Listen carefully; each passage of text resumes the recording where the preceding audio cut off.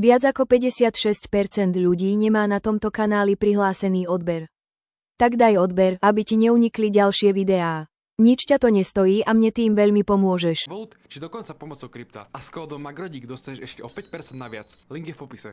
Exploited. Vlastným menom Peter Althoff sa narodil 6. októbra 1996 v Bojniciach. Detstvo však strávil vo vedľajšej Prievidzi. Po narodení sa volal Peter Beláň, keďže jeho rodičia neboli zosobášení. Dostal priezvisko po mame. Pri krste mu však meno oficiálne zmenili na to, ktoré používa dodnes. Od detstva hrával futbal. K športu ho priviedol otec, ktorý pôsobil ako vedúci mužstva. Futbal však hral čisto pre radosť a nikdy mu došla ponuka hrať za lepší tím.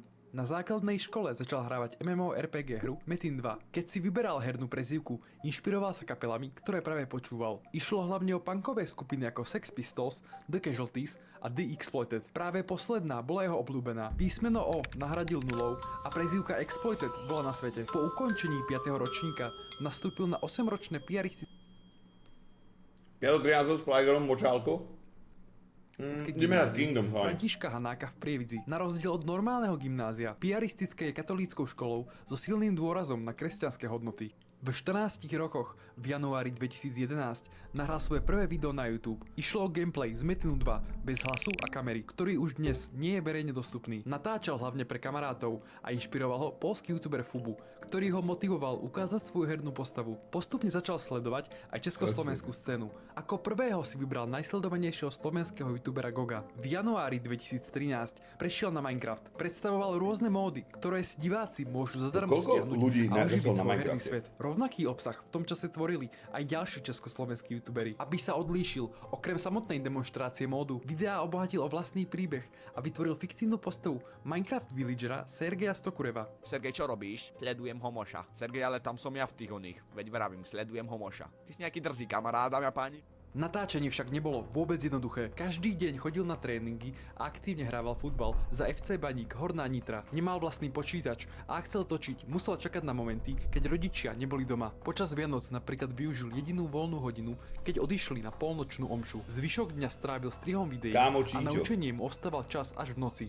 Pričom sa učil aj do 2 rána. Išlo mu to však ľahko. Tvrdil o sebe, že podľa niekoľkých IQ testov má IQ 129 a počas školy nikdy nedostal trojku. Nedostatok spánku sa však vyplatil. Už po pár mesiacoch natáčania jeho kanál raketovo vystrelil a dosahoval 50 000 odberateľov.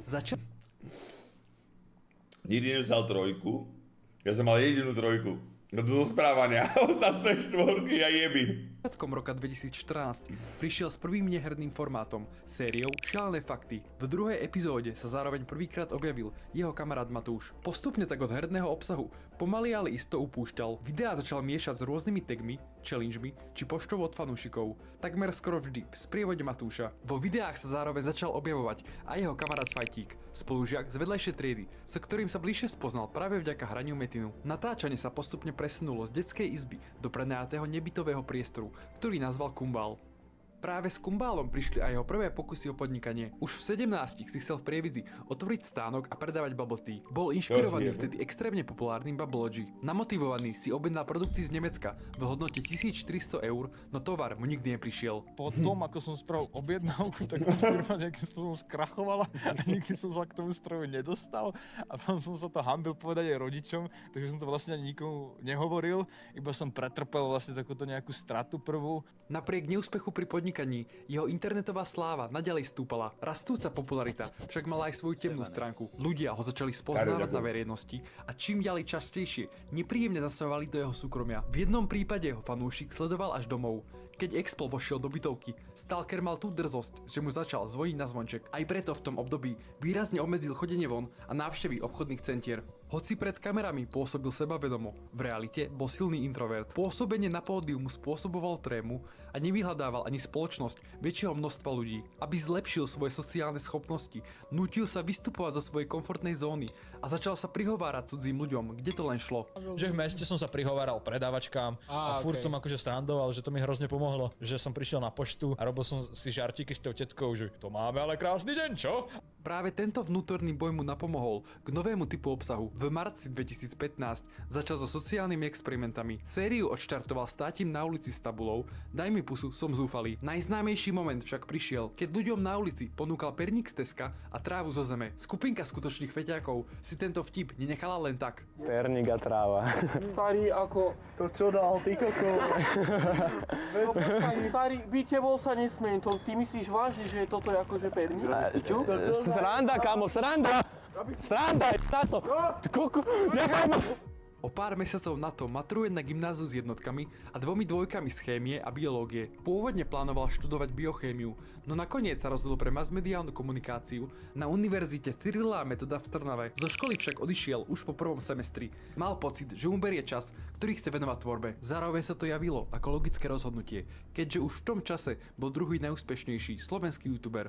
V lete toho istého roku vydal spoločné video so slovenskou blogerkou Momou, v ktorom si vymieniali oblečenie. Spoluprácu im dohodil Momin manažer, aby oslovila širšie publikum. Expo neskôr priznal, že sa mu Moma počas natáčania páčila. Začali sa stretávať aj mimo kamier a postupne sa z nich stal pár. V máji 2016 dostal ponuku zúčastniť sa slovenského dabingu jedného z najočakávanejších filmov roka Warcraft Prvý svet. Prepožičal hlas postave menom Kalan, ktorá sa vo filme objaví len na pár sekúnd. Napriek tomu sa zdvihla vlna kritiky a desiatky ľudí verejne písali, že práve kvôli nemu na slovenský dabing neprídu. S odstupom času priznal, že Vďaka tebe nepôjdem do kina. Kvôli stresu začal hovoriť maďarským prízvukom, i keď maďarsky nerozumie.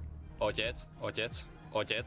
V októbri 2016 vydal knihu Nie som básnik. Išlo o zbierku 30 krátkych básní, v ktorých vyjadroval svoje pocity. Knihu venoval rodičom a priateľke Mome. Mnoho básní bolo pritom priamo o nej. Predaje knihy nie sú známe a kritici ju hodnotili skôr negatívne. Recenzentka z Inferno na polícii ju označila za plýtvanie časom. Masívne plýtvanie peňazí, času a vášho dobrého vkusu. Pričom youtuber Fivko básne opísal ako nebásne určené pre mladé diváčky. Reakcie fanúšikov však boli prevažne pozitívne. Ako aj samotný názov knihy napovedal, Explo sa za básnika nepovažuje a knihu tak nemožno hodnotiť ako básnický počin. Ďalší rok vyskúšal nové médium a začal nepravidelne streamovať na Twitchi. Od 9. apríla vysielal 3-krát do týždňa približne 3 hodiny s priemernou sledovanosťou okolo 150 divákov. Práve Twitch sa stal spúšťačom konfliktu so Selasím. Začiatkom júna 2017 zverejnil Selassie video, v ktorom sa sťažoval, že sa Expo serie na streamerskú scénu. Zároveň ukázal súkromné správy, ako Expo pred mesiacom prosil, aby sa objavil v jeho videu a vytiahol súkromnú informáciu od reklamnej agentúry, ktorá s ním údajne ukončila spoluprácu, pretože chcel do videa slona. Ponúkli mu pravdepodobne málo peňazí za to, tak si povedal, že chce do videa, ktoré bolo spojené s tou kampaňou, slona. Expo reagoval vlastným videom, v ktorom sa bránil a zároveň odhalil, že Selassie mal záujem zaplatiť internetovej redakcii za platený článok o sebe. O týždeň neskôr vyšlo posledné video, v ktorom obaja priznali, že išlo o spoluprácu, upozorňujúcu na neoverené správy a internetové manipulácie. V máji 2017 zverejnil video, v ktorom spolu s Matúšom strávili noc v akvaparku v Poprade. Pred zatvorením sa ukryli na toaletách a po odchode personálu sa voľne pohybovali po areáli. Zhodou okolností bola otvorená riadiaca miestnosť, vďaka čomu v akvaparku rozsvietili svetlá a dokonca spustili niektoré vodné atrakcie. Obslúžili sa aj pri bare a zobrali si na nuky značky Magnum. Video skončilo momentom, keď si ich všimol pracovník SBS. Krátko po zverejnení sa začali šíriť špekulácie, že ide o platenú spoluprácu. Dôvodom bolo, že sa v areáli pohybovali až príliš voľne a navyše len mesiac predtým mal Expo z Aquacity Potrat oficiálnu spoluprácu. Vysvetlil, že si práve Aquacity vybrali zámerne, mali s nimi dobré vzťahy a rátali s tým, že ich za neoprávnený vstup nezažalujú, čo sa podľa jeho slov aj naplnilo a obránila ich pracovníčka z marketingu. Navyše vedeli. Dok. Že nevieš, či to je ten dok? Ten retard, čo mi mal napísať na Instagram? A miesto toho, aby mi napísal, kde mi poslal nejakú skurvenú správu na jedno zobrazenie? Dok, jak si to ty, čo si tu vyhral, akože neviem ani čo, už to asi možno ani není, ale niečo ti pošlem, jak sa opravíš. Počúvajte, to vám musím povedať, dobre? Ja ti psal kokot. Nie, ty si mi, vieš čo si mi poslal, ty krysa skurvená, prestan tu zavádzať divákov, dobre? Ty si mi poslal fotku na jedno zobrazenie, ty retard. Takže máš poslednú šancu. Všetko, čo potrebujem. Bude chýbať meno, bude chýbať číslo, jedna vec bude chýbať, nepošlom ti nič, bohužiaľ. To hovorím každému jednému, teda kto vyhrá, máte jeden jediný pokus mi poslať všetko. Nejak ten debil včera, čo vyhral, ten mi poslal všetko a bez mena zas. Takže od teraz vopred hovorím, že kto vyhrá Mikinu, má jeden jediný pokus mi poslať všetko v jednej správe. Žiadna editovaná správa, žiadna druhá správa, v jednej správe všetko. Kto to nepošle, nevyhral nič a vyhrá to iný sap, ktorý to normálne spraví niečo preto, aby to získal. Takže bohužiaľ. Že v noci areál kontroluje len jeden SBS-kar. Koncom roka 2017 sa Tak môžem Expo znova? presťahoval do spoločného domu s momou a svojim striačom Bačom. Bača pôvodne v pláne nebol a bývať tam mali ísť len na skúšku. Tak sme si povedali, že skúsime bývanie s Bačom, dáme tomu nejaké 3-4 mesiace. Bývanie bolo však dočasné pre momu. Už v prvom mesiaci nového roka sa s Explom rozišli. Kvôli zmluve o prenajme však v dome zostala ďalšie 2 mesiace. Aj napriek rozchodu si s bývalou priateľkou zachoval dobrý vzťah a objavovala sa aj v jeho ďalších videách. V júni 2018 prišiel s ďalším veľkým krokom. Založil podnik Waffland, ktorý otvoril v bratislavskom Auparku. Vďaka obrovskej návštevnosti prevádzky sa jeho približne 25 000 investícia vrátila už v priebehu niekoľkých dní. Úspech podnikania sa čoskoro odrazil aj v jeho osobnom živote. Kúpil si byt v bratislavskej mestskej časti Ružinov, do ktorého sa presťahoval začiatkom roka 2020. Nešlo o bežný panelákový byt, ale o dvojpodlažný byt s 2 terasami, ktorého najväčším lákadlom bol výťah priamo v byte. Tesne pred pandémiou, vo februári 2020, zatvoril podnik Waffland. O 2 mesiace neskôr oznámila profesionálna bojová organizácia Octagon netradičný projekt. Predstavili zápas 2 youtuberov, Exploiteda a Vláďa Kadleca. Nešlo o osobný spor, ale o snahu ukázať športový výkon a prilákať nových divákov. Zápas sa mal pôvodne uskutočniť na konci roka, no kvôli pandémii bol presunutý. Explo rok a pol v kuse trénoval 5 dní v týždni a nemal čas na nič iné. Aby to celé zvládol, začal si platiť osobného asistenta, kamaráta Michala Tóta, ktorý sa objavoval v jeho starších videách. Pomáhal mu s bežnými každodennými vecami, ako je príprava jedla, pranie či organizácia dňa. Vo voľných chvíľach robil jediné: písal knihu, o ktorej sa zmienil aj u Dukloka. Malo ísť o autobiografiu s komediálnym podtónom, dodnes však nevyšla. Aby sa uživil, robil platené spolupráce na Instagrame. Nemal sociálny život a mesačne míňal nemalé peniaze na 4 rôznych trénerov. Môj tréner boxu ma stojí 30 eur hodina a máš tam proste tých tréningov 3-4 za týždeň. Keď som si to počítal, tak ma kámo stál, že prvý mesiac trénovania nejakých 1500 eur. Postupne mu došla trpezlivosť. Zistil, že zmluva, ktorú mali podpísanú, je už vypršaná a v októbri 2021 zo zápasu definitívne odstúpil. Zároveň si uvedomil, že Vláďa pre neho nie je rovnocenným súperom. Od začiatku medzi nimi bol viac než 10-kilový váhový rozdiel, čo negatívne vplývalo aj na jeho psychiku. Že proste som stretával tých fighterov, s ktorými som už felil a stretli sme sa s nimi, ja som bol tam, Vláďa tam bol, prišiel nejaký fighter, pozeral sa, že Vláďa bol takýto a takýto a on mi hovorí, že on ťa zabije. Tak to vôbec nie je dobré na psychiku, keď ti to povedeme, že Octagon Fighter. Zápas, ktorý sa mal konať v pražskej O2 aréne, sa tak nikdy neuskutočnil. Krátko na to si diváci všimli, že sa vo videách prestal objavovať Matúš, kamarát z detstva, s ktorým natáčal už od roku 2013. Dodnes sa veľa ľudí pýta, čo sa medzi nimi stalo. Explo k tomu uvádza len to, že sa ich cesty prirodzene rozišli. S Matúšom sa už zrovna nebavíme, tam tiež sa to tak nejak zlyhalo. Ja nebudem to rozoberať, poviem, že proste občas sa proste rozdelia cesty. Nie len, že sa vo videách prestal objavovať Matúš, postupne sa prestali objavovať samotné nové videá a Explovi začínala jeho niekoľko. Matúšovi si jebal ocka? V roku 2021 sa rozhodol pre adopciu na diaľku. Adoptoval si chlapca z Afriky, Póla. K myšlienke ho priviedla jeho sestra, ktorá už jedno dieťa takto adoptované mala. Explo mu mesačne posiela 55 eur na základné životné potreby a chlapec mu každý štvrť rok píše list. Osobné stretnutie však odmieta. Podľa jeho slov by to bolo až príliš osobné. O rok neskôr, v roku 2022, sa počas natáčania Let's Dance dal dokopy s herečkou Kristínou Svarinskou. I keď ich vzťah trval len krátko, dodnes je v bulvárnych článkoch označovaný ako Svarinskej ex. Neskôr sa jeho meno začalo spájať s Naty Kerny, bývalou snúbenicou repera Pilsiho, o ktorom Explo v minulosti hovoril ako o dobrom kamarátovi, ktorého poznal už od svojich 18 rokov. Zároveň Naty je bývalá manažérka a kamarátka Momy. Už rok predtým ho z Fanrádia oslovili s ponukou absolvovať rozhlasové skúšky. Overdrive dohráva z Fanrádia a ja vám teraz poviem aj počasie. Úspešne ich spravil a koncom roka 2023 sa stal moderátorom na plný úväzok. Ako svoje vzory uvádza Adelu Asaj. Takže chceš jenom moje osobné informácie a adresu? Môžem použiť Zbox nebo Alzabox? Nie, dáš mi adresu, žiadny Alzabox, žiadna Zbox, nič také. Dáš mi všetko, čo dám kuriérovi. Máš jednu šancu, ty svinia, jednu. Nedojeb to. Druhá šanca už nebude. Zamysli sa, že čo potrebuje asi kuriér.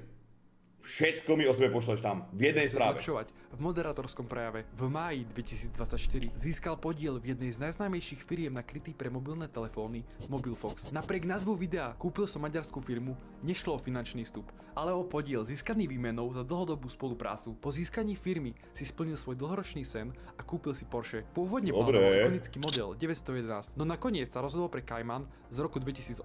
V pomere cena výkon ho považoval za jedno z najlepších aut, keďže ho vyšiel na približne 30 000 eur. O rok neskôr ho však vymenil za Porsche 911 v hodnote 130 000 eur. V roku 2024 začal moderovať reláciu Superveda, v ktorej deťom humorným spôsobom vysvetľoval vedecké otázky. Diváci si však všimli jeho podtetované ruky a nalakované nechty, čo vyvolalo vlnu negatívnych reakcií. Bez vzdelania a s výzrom feťáka, propagátor progresívneho Pálo Slovenska. Šerba, Zajtra Pálo bude Šerba je RTVS. človek, Imon. ktorý vyhral Protein, gratulujem, uži si ho, Imon. dúfam, že bude dobre chutiť.